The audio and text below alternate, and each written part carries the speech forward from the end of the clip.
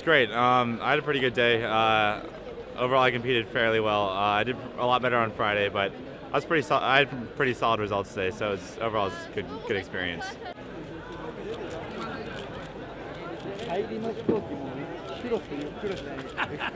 I came today to see the final competition in the Rubik's Cube together with my family from Denmark. Our kids are very fascinated by Rubik's Cubes, and that's why we came to Paris. Then we also saw the Eiffel Tower, Louvre, Versailles and so on, but we came to see the competition.